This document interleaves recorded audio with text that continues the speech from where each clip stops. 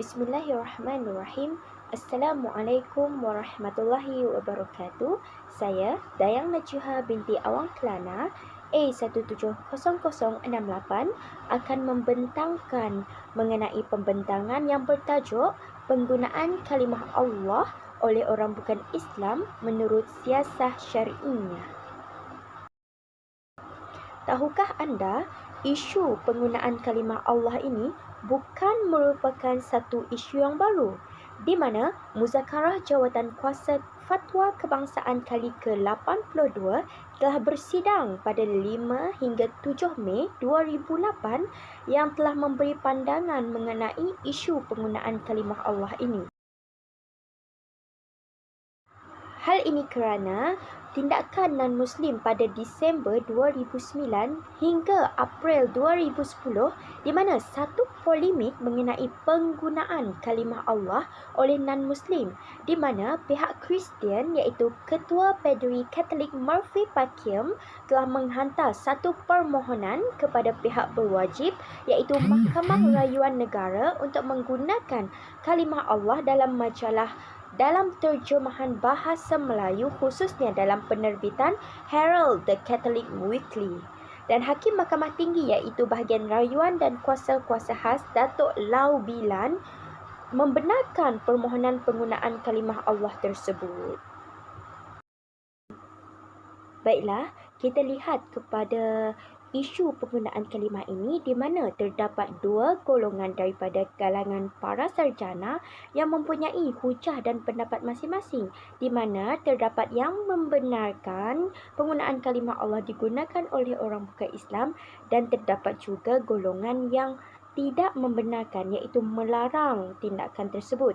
Di mana antara para sarjana yang membenarkan tindakan tersebut seperti Yusuf Al-Qardawi, Wahbah Al-Zuhaili dan Syekh Fauzi Al-Zafzaf yang merupakan sarjana dari luar negara. Bukan itu sahaja, terdapat juga sarjana tempatan yang membenarkan tindakan tersebut seperti Dr. Zaharuddin Abdul Rahman dan Dr. Muhammad Asri Zainul Abidin. Kita beralih pula kepada golongan sarjana yang melarang tindakan tersebut, di mana terdapat sarjana luar negara seperti Syekh Abdul Hamid Al-Balali, Syekh Abdul Muhsin Al-Abikan dan Syekh Abdul Fattah Alam yang melarang penggunaan kalimah Allah dalam golongan bukan Islam.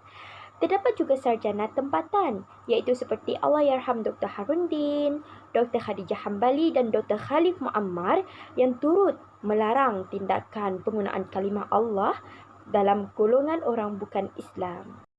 Seterusnya kita beralih kepada hujah mengapa terdapat golongan yang membenarkan dan mengapa terdapat golongan sarjana yang melarang tindakan tersebut. Yang pertama kita lihat hujah mengapa para sarjana membenarkan tindakan tersebut. Yang pertama, penggunaan kalimah Allah sudah diguna sebelum zaman Rasulullah lagi. Penggunaan kalimah Allah sudah lama digunakan oleh bangsa Arab sejak zaman Nabi Ibrahim AS dan ianya diwarisi secara turun-temurun menyebabkan kalimah Allah digunakan tanpa mereka mengetahui kegunaan konsep kalimah Allah tersebut dengan betul. Yang kedua, tindakan dan perbuatan Rasulullah SAW sendiri, di mana Rasulullah pernah menyuruh beberapa orang Kristian dari Najran untuk bersumpah dengan kalimah Allah untuk membuktikan hakikat penciptaan Nabi Isa AS. Seterusnya, Rasulullah juga pernah menerima permohonan musyrikin Mekah untuk menggunakan kalimah Allah mengikut pemahaman mereka. Rasulullah SAW juga pernah memberi pengiktirafan kepada penyair Arab jahiliyah yang menggunakan kalimah Allah dalam syair mereka dengan baik dan benar. Baiklah, seterusnya kita beralih kepada hujah mengapa terdapat sarjana yang melarang tindakan tersebut. Dan antara hujahnya adalah yang pertama, Allah murka terhadap golongan yang mencemarkan kalimahnya. Allah sangat murka terhadap golongan yang menyalahgunakan kalimah Allah seperti golongan Kristian yang menggunakan kalimah Allah untuk konsep Trinity mereka, dan ia sangat bersalahan dan sangat bercanggahan dengan penggunaan konsep kalimah Allah tersebut. Yang kedua, redha dengan kekufuran adalah kufur, di mana menurut kaedah redha dengan kekufuran adalah kufur dan redha dengan maksiat adalah maksiat.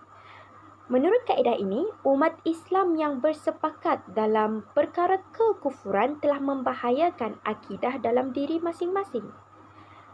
Yang ketiga adalah aspek linguistik, di mana kalimah Allah adalah isim alam, iaitu kata nama khas, bukan mushtaq, bukan terbitan daripada mana-mana kalimah. Maka sebarang tambahan ataupun pengubahsuaian pada kalimah Allah tersebut akan menyebabkan elemen dan konsep keesaan Allah akan turut terjejas.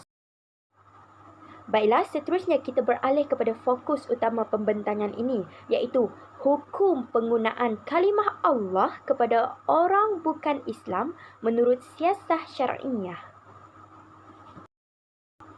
Tindakan penggunaan kalimah Allah oleh golongan bukan Islam adalah dilarang sama sekali seperti mana keputusan kerajaan Malaysia.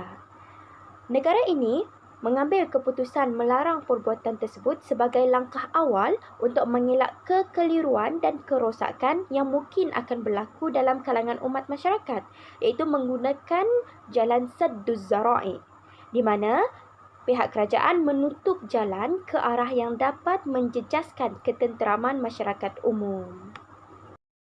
Selain itu, keputusan kerajaan melarang perbuatan tersebut juga mengambil kira untuk memelihara agama Islam dan masyarakat, iaitu ianya adalah merupakan objektif utama yang perlu dipelihara. Kerana orang bukan Islam, terutamanya orang yang beragama Kristian, secara dasarnya, secara asasnya, tidak sangat terkesan dengan larangan tersebut kerana ianya bukan konsep ajaran utama yang mereka harus gunakan dalam ajaran agama mereka. Jadi, kerajaan mengambil keputusan tersebut untuk mengelakkan segala perbalahan masyarakat di mana ianya adalah perkara yang lebih utama untuk dipelihara.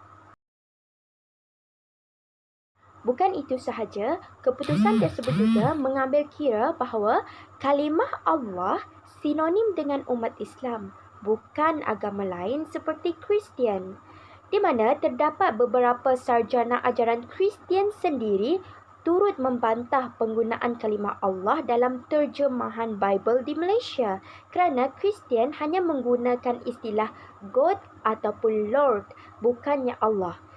Dan antara sarjana Kristian yang membantah seperti Dave Armstrong, Rob Phillips dan Isaac Andrews turut membantah kerana ianya menjejaskan konsep Trinity dalam ajaran Kristian kerana kalimah Allah telah menetapkan konsep sebagai the only God, hanya satu Tuhan yang esa. Sedangkan konsep Trinity agama Kristian adalah three God, iaitu 3 Tuhan. Maka, isu penggunaan kalimah Allah ini telah wujud akibat kerana kekeliruan dan kejahilan penganut agama itu sendiri. Dan jangan dilupakan juga bahawa terdapat pihak yang mengambil kesempatan menjadikan isu agama sebagai provokasi untuk mencapai matlamat tersendiri.